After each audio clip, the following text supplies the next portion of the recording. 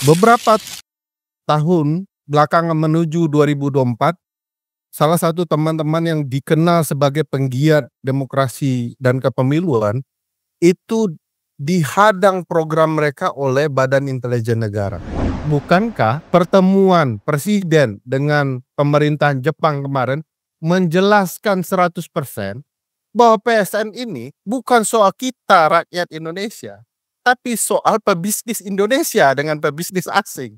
Kalau preman sudah bisa masuk istana, bercakap-cakap soal ekonomi dan bisnis, saya pikir tidak ada yang bisa didiskusikan apakah kebijakan ini perlu diubah atau tidak. Saya terus terang kecewa dengan teman-teman lembaga donor luar biasa soal demokrasi Indonesia. Teman-teman lembaga donor itu pergi meninggalkan quote and quote gerakan publik di saat demokrasi betul-betul sedang butuh bantuan. Saya paham itu tidak hanya di isu soal perlindungan HAM dan lain-lain, tapi di kepemiluan kemarin itu luar biasa sekali. Siapa yang menghalangi teman-teman lembaga donor? Intelijen negara. 2 tahun yang lalu, lembaga saya ingin bertemu teman-teman lembaga donor soal demokrasi dan kepemiluan. 2 jam sebelum bertemu dibatalkan. Beberapa bulan yang lalu ketemu lagi dan dia bilang, "Mohon maaf Mas, karena kami dilarang intelijen."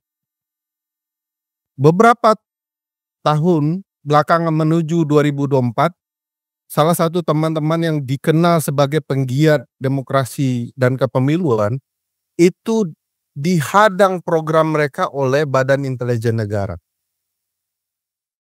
Hanya karena dianggap sebagai lembaga yang akan berpotensi mengungkap kecurangan pemilu.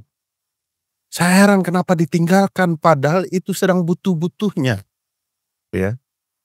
Nah, saya tidak terbayang kalau kemudian isu-isu penting seperti hak warga negara dan lain-lain juga ditinggalkan. Itu nggak kebayangnya gimana? Karena kenapa lembaga donor yang lebih condong kepada Barat itu meninggalkan Indonesia. Padahal Indonesia mau dikuasai Cina gitu ya. Dan tentu pasti tidak akan ada bicara soal hak warga negara, ya, hak konstitusional, bagaimana warga negara berpartisipasi dalam perlindungan haknya sendiri, bagaimana penguatan peradilan, pastilah, tidak mungkin. Jadi bagi saya, dalam bahasa yang terus terang, teman-teman lembaga donor ikut membunuh demokrasi dengan membiarkan apa yang terjadi saat. Mohon maaf untuk mengatakan itu. Artinya partisipasi yang mulai gelagapan hari ini, demokrasi semu dengan angka partisipasi yang ikut di dalam kepemiluan kita sangat tinggi, semua karut marut dalam berbagai peristiwa politik belakangan ini, menurut saya ada peran teman-teman kita sendiri. Selain juga peran lain yang mungkin bisa dikatakan kita terlambat.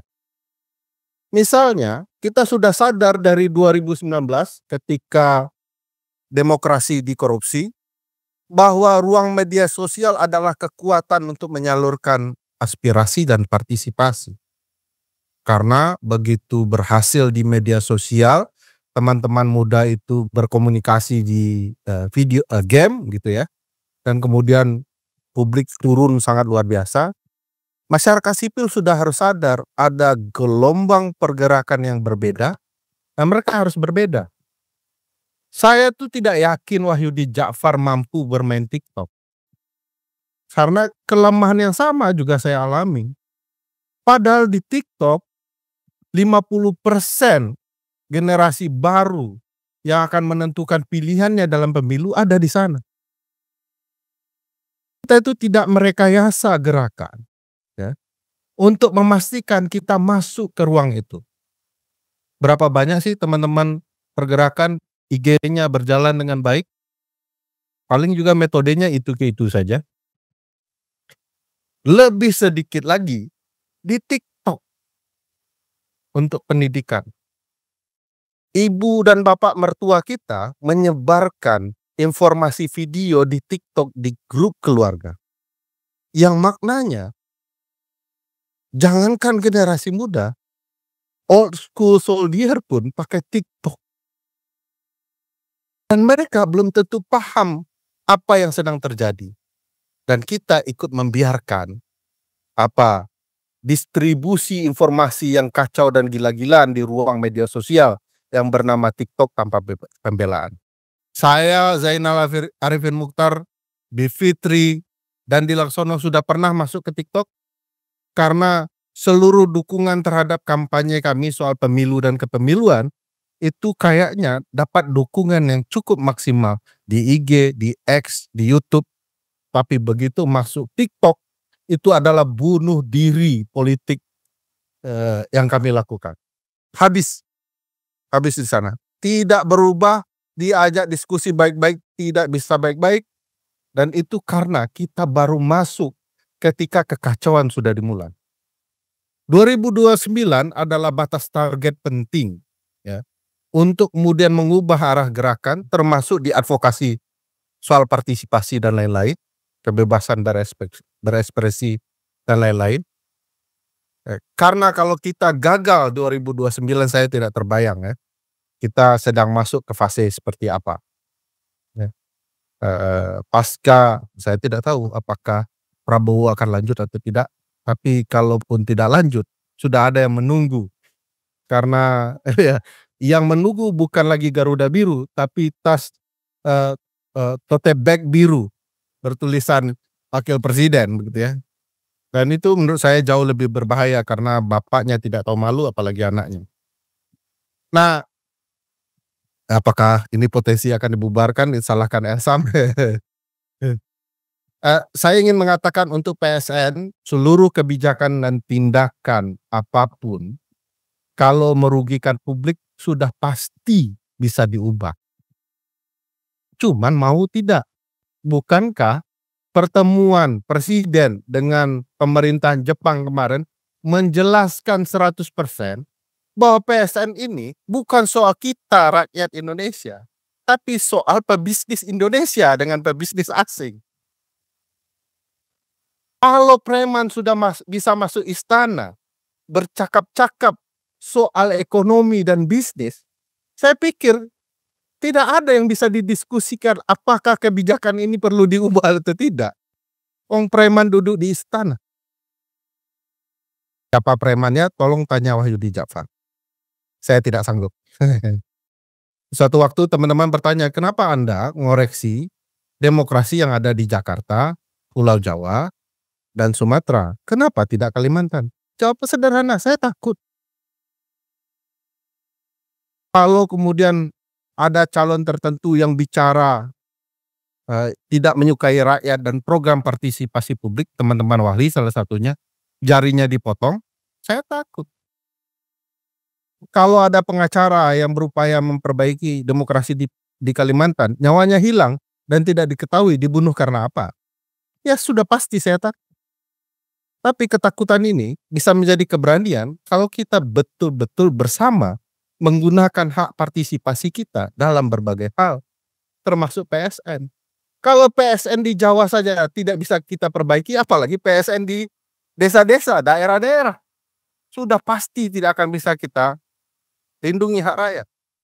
Di Sumatera Barat, kenapa tidak banyak teman-teman Sumatera Barat yang bicara soal PSN di Pasaman Barat dan lain-lain? Ya, jawabannya sederhana. Kita masih ingin umur panjang.